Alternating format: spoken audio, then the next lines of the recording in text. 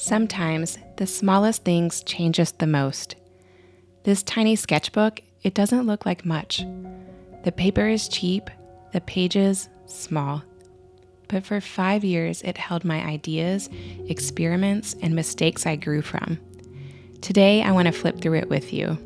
Not just to show the drawings inside, but to talk about what it means to have a creative engine like this. So grab a cup of tea, get cozy, and let me show you what's inside. This sketchbook is tiny, almost unimportant, and that's what makes it powerful. When you make something small, it feels safe, reassuring, and inviting. There's no pressure. No one is expecting a masterpiece in this miniature size. Cheap paper means you don't have to hold back or feel precious about what you're making. A small page means a small step, and small steps add up over time. After we finish flipping through the entire sketchbook, I'll go back and show you which pages led to something bigger. For 5 years, this sketchbook became a place where I could try anything. Test out art supplies, sketch badly, paint without fear. As Rick Rubin says, the work doesn't need to be good. It just needs to exist. This sketchbook didn't need to have a major purpose or theme. The whole point was to do random stuff. I never sat down to sketch with the notion that anything I made would be usable. And that was completely liberating. When I started this sketchbook, I was in a place where I was searching. I didn't know what I wanted to do with my art, but I knew I needed to show up. At the time, I had some idea that I wanted to find my art style in a commercial sense for surface pattern design and art licensing. So you'll notice throughout that I'm experimenting with pattern and some mark making. And of course, I did some random things that I felt like making in the moment. This sketchbook had no rules except one. The only rule was to keep going until it was finished. In The Artist's Way, Julia Cameron talks about doing the morning pages, a practice where you're writing every day to clear the mind before you get started on your work. For me, this sketchbook was like that, but visual. A place to empty my head, to let ideas spill without judgment, and to just get my paintbrush moving, even if I had no idea what I was doing. Some pages are messy, some are ugly, but each one mattered. Because every time I opened up this tiny book, I was strengthening the muscle of a regular art practice. Creativity doesn't grow from pressure. It grows from presence and getting into flow state. The word that kept coming back to me was play. I think of play as the purest form of creativity. When I was a kid, I could play for hours with crayons, Barbies, literally anything. A kid's motivation to keep playing never runs out. It's just natural. And it turns out that adults aren't really that different. We just have to figure out how to get back to our childlike selves. This sketchbook brought me back to that state. No rules, no expectations, just curiosity. And that's the secret. When you give yourself permission to play, you often stumble into your truest, most authentic state of being. That's when your best ideas come. Not because you forced them, but because you opened the door for them to come to you, all on their own.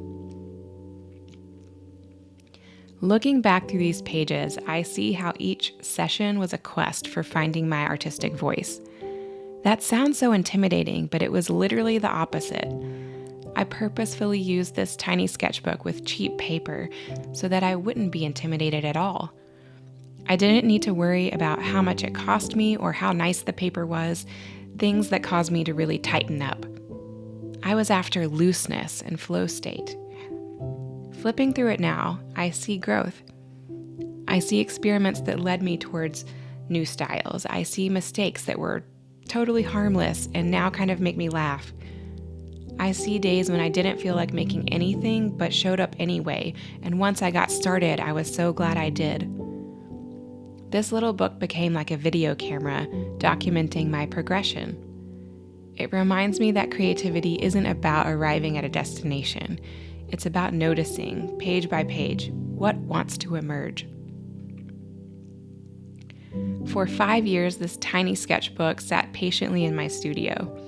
It didn't ask for perfection, it just asked me to come back. Over time, it became more than paper. It became like a friend. A space to play, a space to grow, a space to listen to myself and just be intuitive. That's what I hope you will take away from this flip through. Creativity doesn't need to be big or impressive or perfect. It just needs a place to live, even as something as small as this.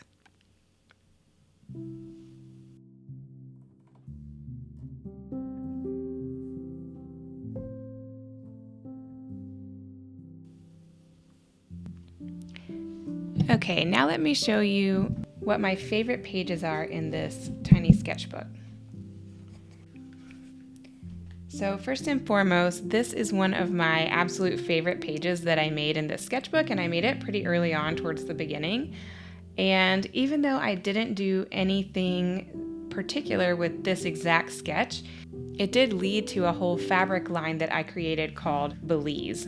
And I licensed that pattern collection with a fabric company called PBS Fabrics. I also really love this little spread, even though it's just in black and white, and I believe I did it with Posca pins. I was starting to explore kind of this mushroom motif here. And again, even though I didn't do anything in particular with these exact sketches, it did lead me just in the concept and ideation of another fabric collection I did called Woodland Creatures that really had a lot of, foresty motifs, and I did this whole like mushroom pattern that I really love, but it's kind of cool just to see the way this idea was emerging in this tiny sketchbook. I do really like these pages though, and I feel like I could scan it and maybe make a fabric pattern out of it or something. So maybe I'll go back and do that one day. There's still some, pieces like this that I love that I feel like are still like cute, and I feel like I could make a pattern out of it. The page beside it here too, it's not that I necessarily like love this sketch, but I do think it's really interesting to go back and look at it because I had never really worked abstract before in terms of non-representational, just like almost like an abstract fine art painting.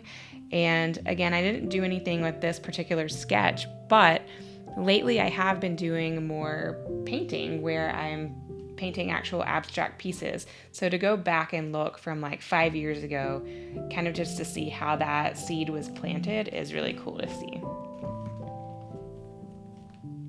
I also love this little spread with the strawberries, and you'll see that I kind of end up doing more strawberries throughout this sketchbook, and for some reason I never did turn these into a finished pattern, but I do really like it still, so that's something I could go back and do. So you see that I'm kind of exploring these surface pattern design motifs and ideas, but then also this kind of weird abstract style here.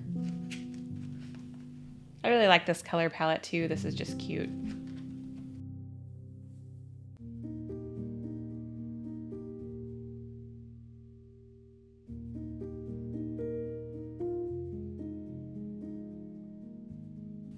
This little spread I absolutely love too, and again, it's like I did end up doing some rainbow patterns for my surface pattern design portfolio. I didn't use this particular sketch, but it was cool just to see how I was exploring that idea.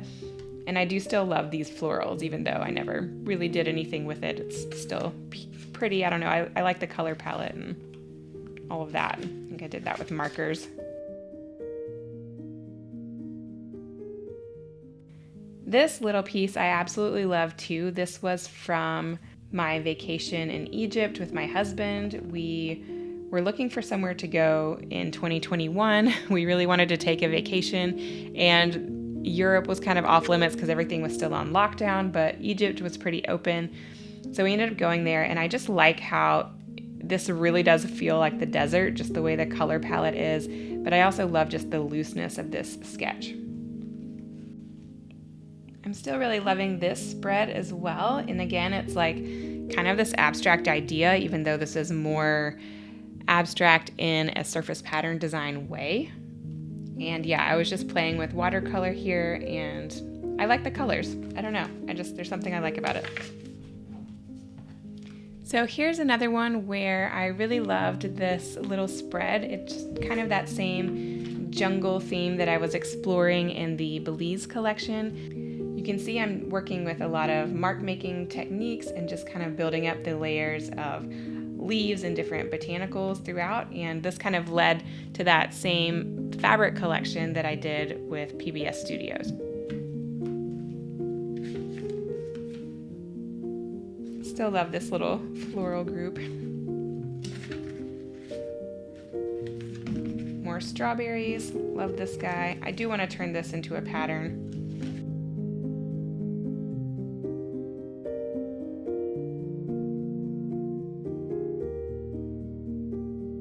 And then this is one of my other favorites.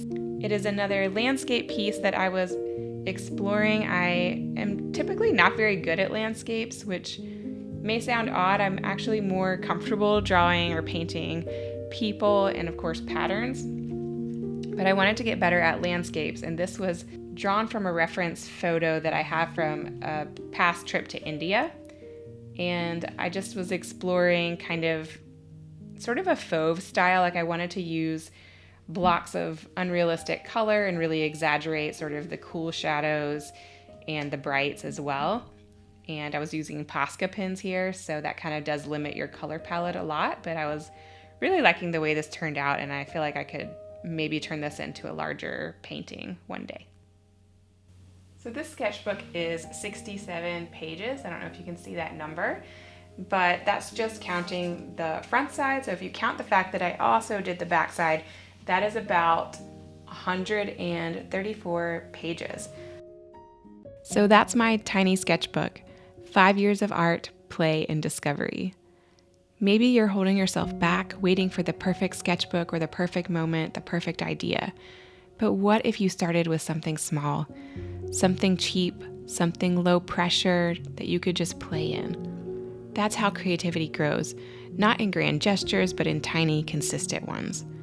Thanks for letting me share this journey with you. I hope it inspires you to start your own. I'll see you in the next video.